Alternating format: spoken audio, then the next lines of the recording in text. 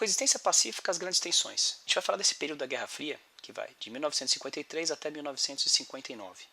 Do que se trata essa coexistência pacífica? O momento em que essas duas superpotências, a União Soviética e os Estados Unidos, passam a tentar um diálogo mais diplomático.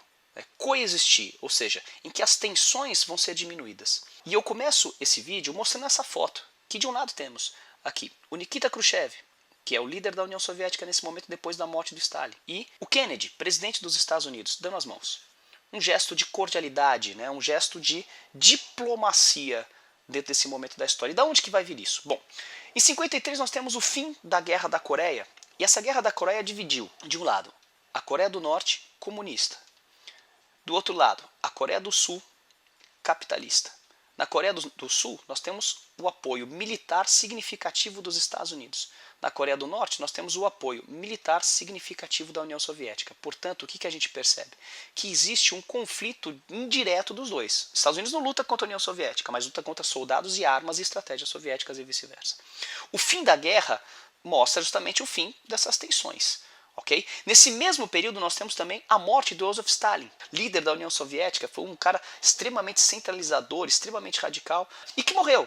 E vai ser substituído, como eu mostrei para vocês na foto ali, pelo Nikita Khrushchev, que tem uma postura muito mais moderada, o que vai dar início à chamada desestalinização, ou seja, a União Soviética passa a ter uma cara mais do Nikita Khrushchev do que do Stalin, ou seja, ele tem uma postura mais moderada, o que a gente vê na foto que a gente começou a aula falando. Agora, sobre essa postura mais moderada do Nikita Khrushchev e até mesmo sobre toda essa coexistência pacífica que a gente está falando, nós vamos ter também uma série de reações com relação a essa coexistência pacífica. Vamos entender essa reação, porque parte do mundo não vai concordar com essa coexistência. Por exemplo, a China, que desde 1949, que tinha feito a sua revolução em 49, liderada pelo Mao Tse-tung, era comunista, foi uma das grandes vitórias do comunismo nesse momento inicial da Guerra Fria, ela não aceitou essa coexistência.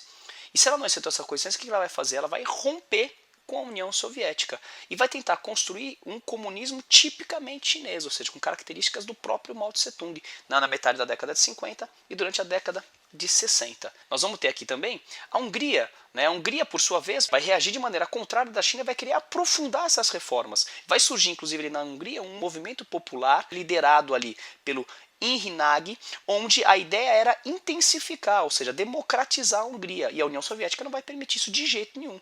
Ou seja, nós vamos ter aqui uma reação da União Soviética e vai, inclusive, mostrar essa reação. Essa invasão da União Soviética na Hungria, inclusive, mostra os limites dessas reformas propostas aí pelo Nikita Khrushchev, de ser mais moderado, de ter um discurso mais brando, um discurso mais diplomático. Tudo bem?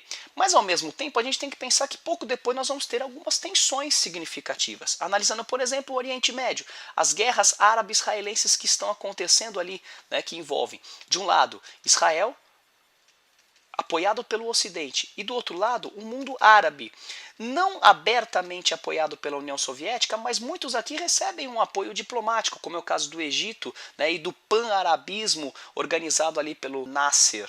Ou seja, no Oriente Médio fica claro essas diversas tensões, as guerras árabe-israelenses aqui. Nós vamos ter a Primavera de Praga em 1968, que também precisa ser destacada. Ou seja, um movimento que acontece dentro de Praga, propondo aí uma democratização daquele socialismo que acontecia dentro da Tchecoslováquia. Para que esse socialismo se transformasse num socialismo mais humanitário, também serão massacrados pelos soviéticos. Mas o grande conflito que a gente precisa destacar é a Revolução Cubana. Nas barbas do Tio Sam, ou seja, a poucos quilômetros da costa norte-americana, Fidel Castro transforma a ilha, que antes era super dominada pelo capitalismo, num estado nacionalista, onde em 1961 nós vamos ter inclusive a adesão de Cuba ao bloco socialista. Okay? O que vai dar margem a um dos grandes conflitos chamado crise dos mísseis, em que o mundo quase chegou a uma guerra nuclear. A gente tem aqui uma foto interessante do Fidel Castro cumprimentando o Nikita Khrushchev, que vai apoiar Cuba dentro daquele cenário. Parece que aquela coexistência pacífica não estava mais existindo. Olha só, em 1959 nós tivemos a Revolução. Em 1961, Cuba vai aderir ao bloco socialista. Em 1962, o Nikita Khrushchev instala rampas de lançamento de mísseis nucleares dentro de Cuba, o que vai levar a uma tensão gigantesca. Ao mesmo tempo, os Estados Unidos montaram e mobilizaram todas as suas tropas na Europa, inclusive a partir da Turquia, apontando os mísseis para a União Soviética.